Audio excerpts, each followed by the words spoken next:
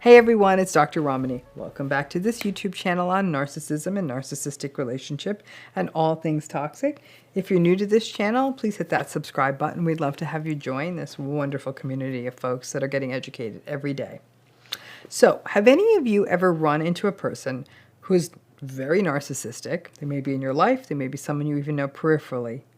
And they claim to be devoted to mindfulness. They meditate every day.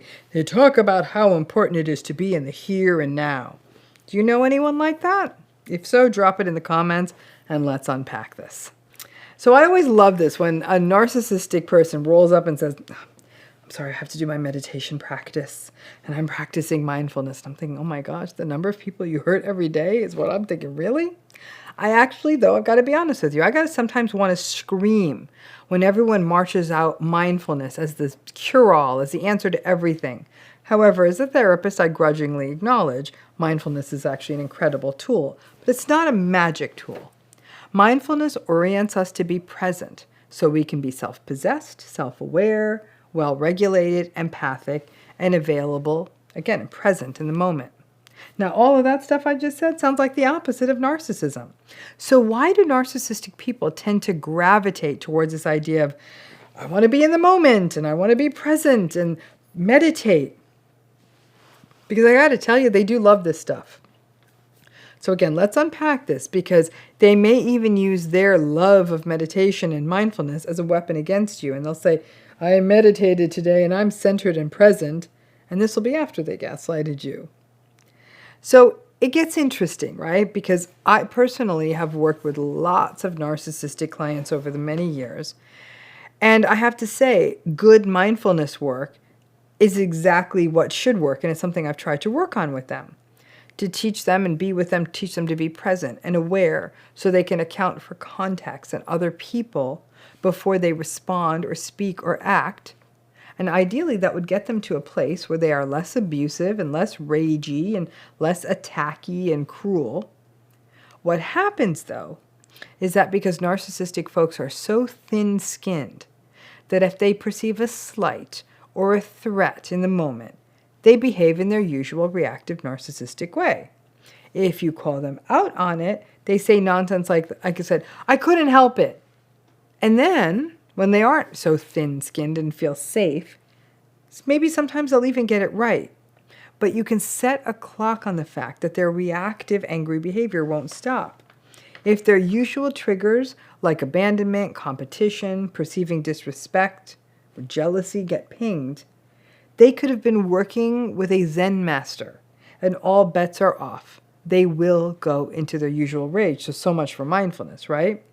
Now, this is awful for people who are in relationships with them, who will see the narcissist in their special meditation space, probably after chastising, yelling, and warning everyone to not interrupt them while they meditate.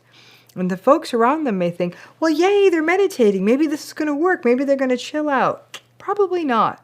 It may just result in them getting angry that you, at some point, will likely interrupt their meditation and then using it as a weapon later on about how they're so mindful and you are a slovenly, sloppy fool who doesn't have your meditation practice, which is really just holy gaslight because they just don't see it. So much for mindfulness. Now, another thing that narcissistic folks love about mindfulness work is that it is focused on staying in the moment, staying in the now, which for them is read as code for, I can do whatever feels good right now because I'm staying in the moment. I'm staying in the now. So the person at the bar was hot in the moment, so we made out in the moment. They really actually do believe that. I know I was supposed to be home for dinner 4 hours ago, but I was just staying in the moment and having such an amazing conversation with this new intern at work. I am sure you were. So that's how they weaponize the being in the now, basically as a seeking out of pleasure.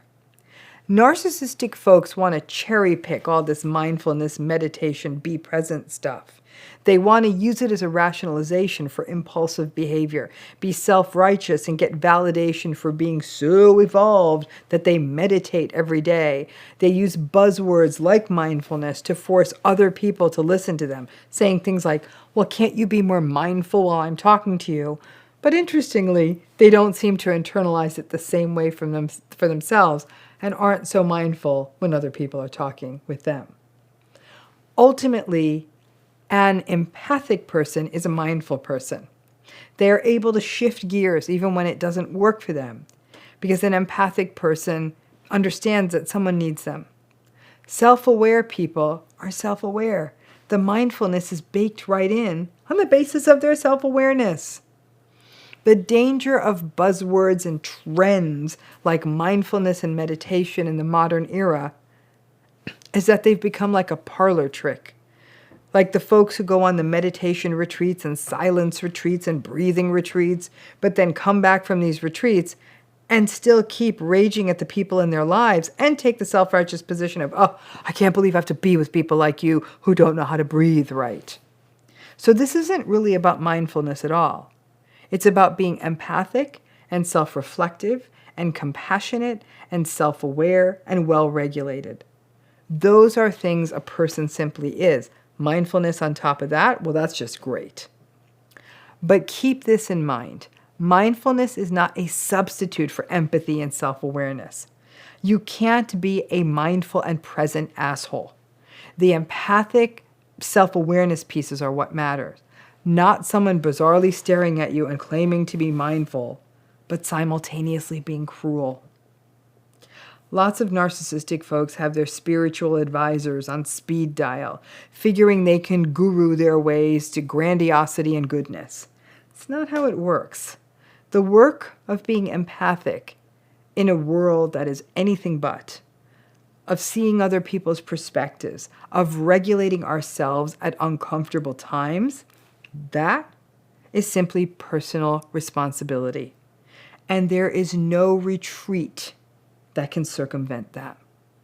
So the next time the narcissistic person in your life is extolling their gurus, their mantras, their meditation, their breathing, and their mindfulness, after having them recently throwing an entitled tantrum, mindfully disengage and walk away. Let them take that rage to their guru and see how that works out for them. Bye.